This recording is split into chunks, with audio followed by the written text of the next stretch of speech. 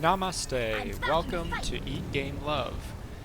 First, before we get into the video about free will and how we don't have it, some housekeeping. If you enjoy a video on this channel, maybe you'll enjoy this one. Please click the thumbs up button in the bottom right corner under the video. YouTube's search algorithm uses likes to figure out what to show people, and so liking videos helps expose the channel to new people. If you are on Facebook, you won't be able to do that watching the embedded video, so if it's not too much trouble, please bounce over to YouTube so you can hit the like button. I will be very appreciative. In this video, I will be talking about the topic of free will, and you will be watching me try to play Overwatch as Zenyatta, which I actually do pretty well. He's probably my best hero. Zenyatta is a healer who can throw his Orb of Harmony on allies, which you'll see a little blue icon above their head when I do that, which slowly regenerates their hit points. He can also put the Orb of Discord on his enemies, which makes a little red thing above their head, and causes them to take more damage from all sources. He's pretty cool, and more importantly, I don't totally suck with him, so you have something hopefully kind of entertaining to watch while I'm playing.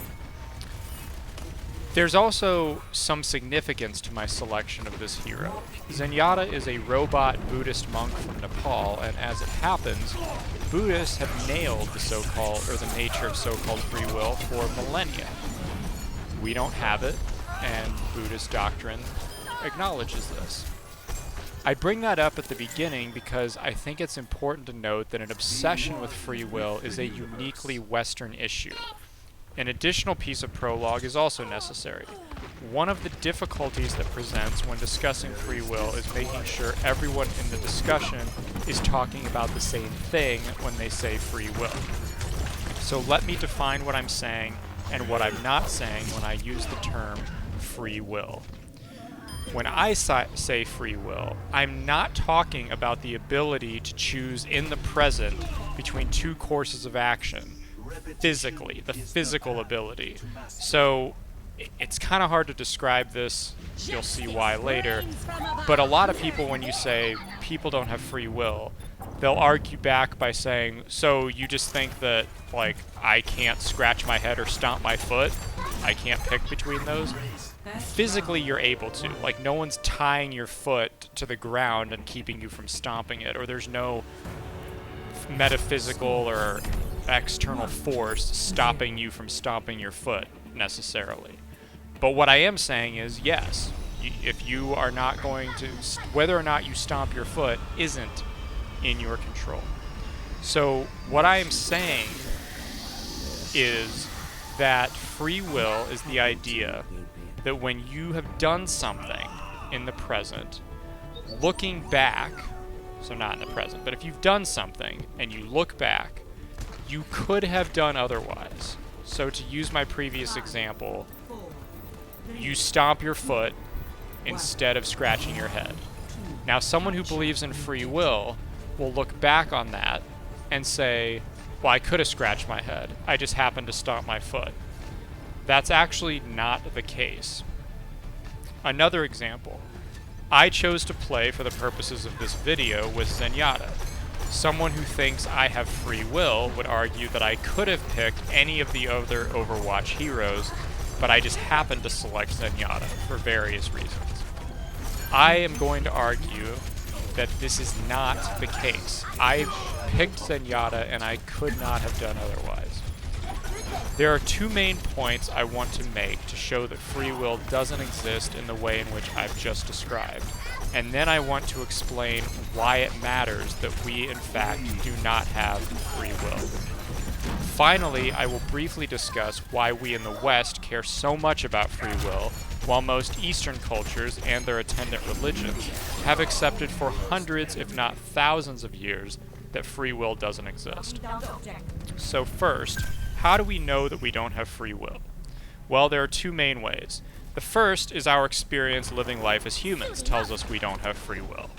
And secondly, while there is no hard evidence for the existence of free will, there are a number of experiments that indicate we don't have it. We know that we don't have free will because it doesn't make sense that we would. You believe you have free will, if you do, and can make any decision you want, because that's the way it seems if you don't really think too hard about it. If you're like most people, you have a perception of existing independently from your body, somewhere right behind your eyes. But this is simply an illusion. If your eyes were located on your ass, you'd have the perception of existing right inside your ass. The only reason your eyes aren't located on your ass, or anywhere else other than where they are, is because our optic nerves didn't evolve to reach all the way into our posteriors, a fact that I think we are all quite thankful for. But here's an interesting exercise. Really focus your attention just behind your eyes and try to look at yourself. That self that, if you believe in free will, or maybe even if you don't, that you believe sits right behind your eyes. That sensation you have where you're like existing in your head. Really focus on that location where you feel you exist right behind your eyes. If you do it long enough, you will eventually discover that there isn't anything there. Just as there's nothing there if you focus deeply on the back of your palm.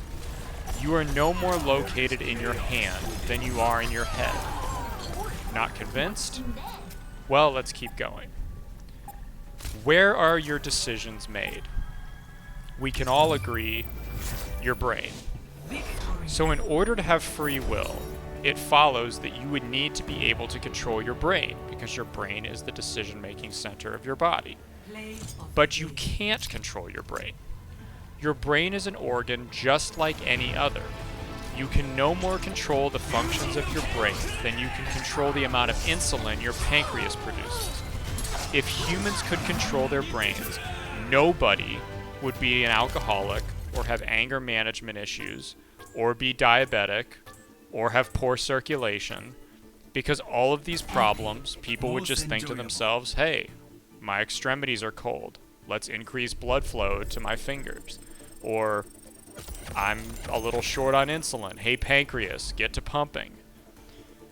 People who are alcoholics cannot control the impulses they have to drink, any more than I can tell my hair to stop growing once it gets to that perfect length. The impulse to drink, and whether or not that impulse is overridden or succumbed to, is not within the person's control who's experiencing those things. These are all decisions that are made by their brain without their consent. So at this point, none of you are disputing anything I'm saying. Well, for the most part. If you are, I'd like to meet you so I can learn the secrets that you have discovered, because I hate spending $20 a month on my haircuts. If I could stop my hair right at about the length it is now, I would do it, but I can't. Similarly, if an alcoholic could stop craving alcohol to the extent that they can't override that craving, and they're drinking to the detriment of their social relationships, their professional life, and their physical health, they'd stop. Nobody would choose to be an alcoholic, but yet the world is full of alcoholics. So if these things are obviously true, and it's so obvious that we aren't the masters of our brains, why do we feel like we have free will? The reason is simple.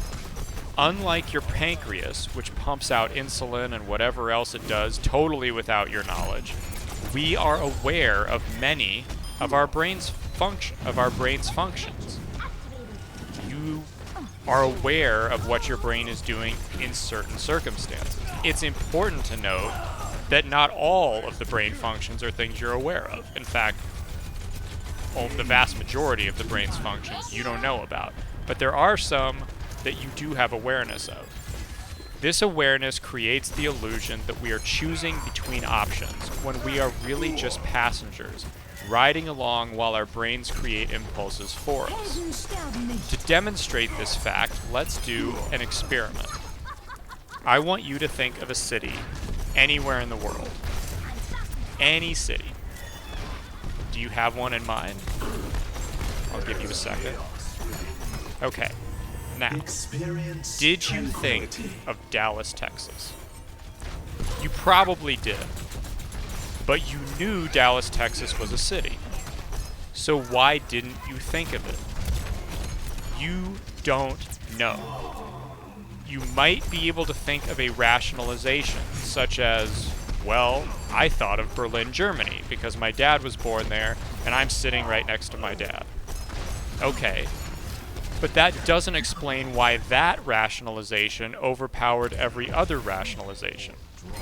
For example, using the same rationalization, you could have thought of Dallas because Dirk Nowitzki's German and plays for the Dallas Mavericks. Why didn't you? No matter how hard you try to come up with a response, I can just keep saying, why? And the terminus of this regression, and the only way this endless loop stops, or this loop stops, is when you say, I don't know. That's the only honest answer. You don't know why, when I said pick a city, you just thought of whichever city you thought of and didn't think of Dallas, Texas. You could not have picked any other city than the one that you chose. And you could not have chosen Dallas, assuming you didn't choose Dallas, because forces totally beyond your control, working within your brain, neurons, etc., controlled that choice for you. What's more, there's actually biological evidence that we don't have free will. As I mentioned earlier, the illusion of free will is largely created by our awareness of the options we think we have before we select one. In other words, if I say, pick a number, you're thinking about the different numbers that you're aware of. Now again, just like with the cities, there are lots of numbers, virtually an infinite number of numbers, actually, literally an infinite number of numbers that you know of, and you're only going to pick one. So you have this illusion of cycling through all these numbers, but you don't control which numbers you cycle through, and you don't control which number you actually pick. You're just aware of part of this process going on. But what if this awareness is an illusion? In other words, what if you don't actually know your choices before your brain has already decided?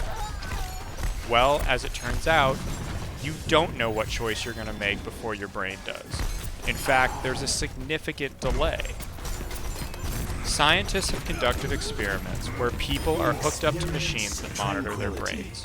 The people doing the monitoring ask the test subject to select between two items. Let's say a red cup and a blue cup. I don't remember what the real items are. It doesn't matter. The subject is asked to indicate when he has made his decision between the red cup and the blue cup. And guess what? The scientists who are monitoring the subject's brain function know before he does which cup he will choose. I'll say that again. The scientists know which cup the subject is going to choose before the subject is aware of his choice. That is an absolute death blow for the argument that we have free will. How can you have free will if you don't even know your choice and someone else knows it before you, quote, make the choice? But even though we've killed the argument for free will, let's go ahead and trample a bit on the grave. We already implicitly acknowledge that we don't have free will, and we acknowledge it in our legal system. We just don't think of it that way. But we should. Think of the story of Charles Whitman.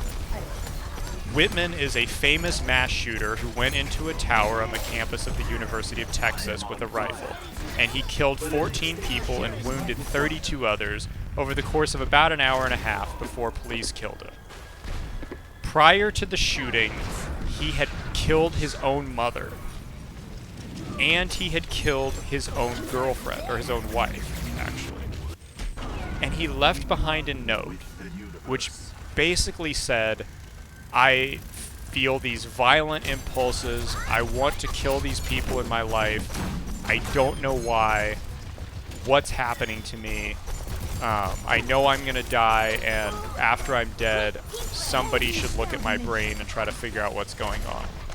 Well, they autopsied Whitman, and they discovered that he had a tumor in his brain that had been pressing on his amygdala. Now, it's not for certain that's what caused his behavior, but there are scientists who say it could have. In addition to Whitman, there are many stories of people having brain injuries or tumors that alter their personality to the point where they are unrecognizable to their friends and loved ones. A lot of times these stories are from construction accidents or automobile crashes, where somebody has significant brain injury, they survive, but their personality is completely changed. They seem like a different person. They are a different person. You can observe the same phenomenon when someone has mental illness or Alzheimer's or dementia. It's the same principle. When your brain changes, you change. And when people behave badly under the influence of such brain conditions or injuries, we reduce or eliminate the culpability for their crimes and their behavior. So if someone commits a murder, and we find out that that person had a traumatic brain injury 2 days before and suddenly has become ultra-violent, we're going to forgive that person and say they're not as culpable for their crimes. We do the same thing with the insane. Well, every state of your brain determines your behavior. The state of an alcoholic's brain makes him an alcoholic, just like the state of a psychopath's brain makes him a psychopath. Nobody chooses to have the brain of a psychopath. And a tumor is just another state of your brain. So if we don't have free will, why is it that we in the West are so consumed with the idea that we do? The answer, briefly, is justification. The dominant religions in Western society are monotheisms, Christianity being the most prominent. And the dominant economic system in the West is capitalism. In order to be fair, which is important to most people if they're going to subscribe to an ideology, both of these systems, capitalism and monotheism, rely heavily on the notion that people have free will. Why? Well, let's take a look at monotheism. Monotheists believe there's a God, an all-powerful God, who sends people to hell or heaven based on their actions. That's something that unites basically every monotheism, with the exception maybe of Sikhs. But for the most part, especially Western monotheisms, they all believe in this all-powerful, all-knowing deity in the sky that sends people to heaven or hell based on whether they're good or bad or whether they believe certain things. Now, if people cannot freely choose what they believe or what they do, well, that makes God seem like a pretty huge asshole. Because he creates people who don't have the will to do otherwise than what they're going to do, and then they do bad things, and then they go to hell. That doesn't seem fair. It's worth noting that Calvinists actually realized that free will was an illusion. They're one of the only Christian denominations that came to this discovery. But you can imagine how unpopular it was for them to go around telling people that God has already decided who's going to hell and who isn't. And there's nothing those people can do about it one way or the other. Consequently, Calvinists don't really exist anymore. And it's important to also note that Eastern religions, which almost universally do not believe in free will, are almost entirely not monotheistic, or even theistic at all in the case of Buddhism. As I mentioned before, free will also makes the winners in capitalism feel better. Free markets create winners and losers. They must.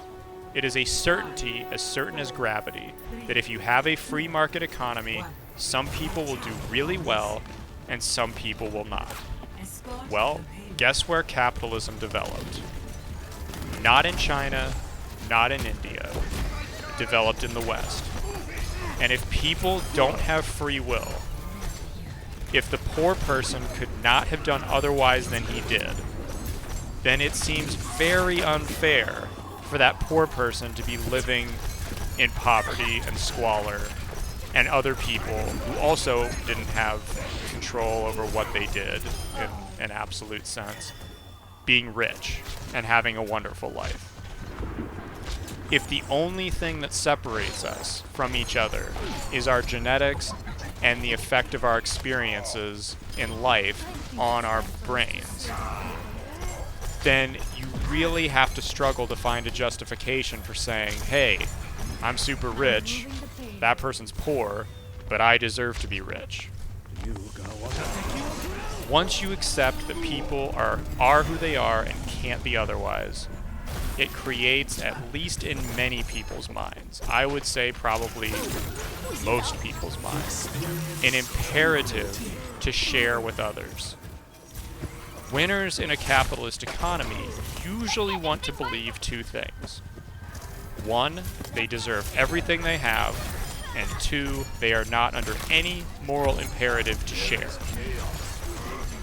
If you want a good, quick, easy example of this, libertarians. The entire ideology is very beneficial to people who are wealthy and privileged, and most people who are libertarians are relatively well off and privileged. There aren't a whole lot of libertarians in Bangladesh. So, why does all of this matter? If we don't have free will, does that mean we should just all sit in bed all day and wait until we die? No. Why not? Well, because that would be really boring. And you don't want to sit in bed all day, and neither do I. Some people do, but you probably don't. And I know I don't. It doesn't matter that I don't author my desire to not lie in bed all day. The outcome is still the same as if I did. I get out of bed. So what difference does free will make? Here's the important difference. If we don't have free will, the justification for hatred is gone. I'll say that again because I think it's really important. If we don't have free will, the justification for hatred is gone. Hating someone's brain is nonsensical, because if you had that person's brain, you would be that person too. So if you think of someone who you really don't like, someone who's wronged you or is just super obnoxious or has done terrible things, think about this, and this is true. If you had that person's brain, and you had gone through that person's exact life experiences, had their same parents, whatever, same family life, you would be that person. The only thing that separates you from that person who you say you hate is the genetics that created your brain and the environment that molded, that your brain responded to and developed in response to. Again, hating someone's brain is silly. And that's what you're doing when you hate someone. We know we can take the best person on Earth and turn them into a different person with a well-placed brain injury. So when you hate someone, you are hating the state of that person's brain. You are hating them for something they have no control over. Retribution, an eye for an eye, the idea that people deserve what they get, is dependent on free will and completely loses its intellectual validity without free will. If you don't think an insane person deserves to be punished for their crimes, or at least punished as severely, then you shouldn't also think anyone else does. Insanity is just a brain state that we have a name for. Alcoholism is a brain state that we've named. We could also name wife beater. Someone who has the brain of someone who beats their wife has that brain. That's another state of your brain. A peaceful person, a kind person, these are all things that result from how your brain is constructed, and they can all be altered by altering the makeup of your brain. It's important, though, for me to elaborate on what I just said about punishment. Note that I said deserves to be punished. That does not mean that people shouldn't ever be punished for crimes, or that we can't have punishment for crimes. It just means we need different justifications for punishment that go beyond so-and-so deserves it. If there's interest, I'm happy to do a video on other justifications for crime beyond, or for punishing crime beyond just retribution. He deserved it. But we know that your impulse to hate those who wrong you is illogical. Once you accept that free will is an illusion, hating others doesn't make any sense. And while at one time hating other people may have been evolutionarily useful, it is now an absolute existential threat to human survival, given the advancements in destructive technology that we now have at our disposal. Nuclear weapons, weaponized diseases, etc. Compassion is the way forward, and it is the only way forward. That person you don't like has a brain that is different than yours, and the only reason you don't have his brain is because your genes and environmental influences were different. It's a humbling truth, but it is a truth. And the sooner we all realize it, the better off the world's going to be. And there's good news. Much of the world already has realized this. Asia's got it. We just got to get the West on board. Alright, that's it for this video. Please like and subscribe if you want to see more stuff like this. If you have ideas for other topics, you can hit me up on the Facebook page, you can put them in the comments section, or you can tweet at me at Eat.Game.Love. And until the next time we meet, do remember to eat, definitely play some games, and always, always, always love.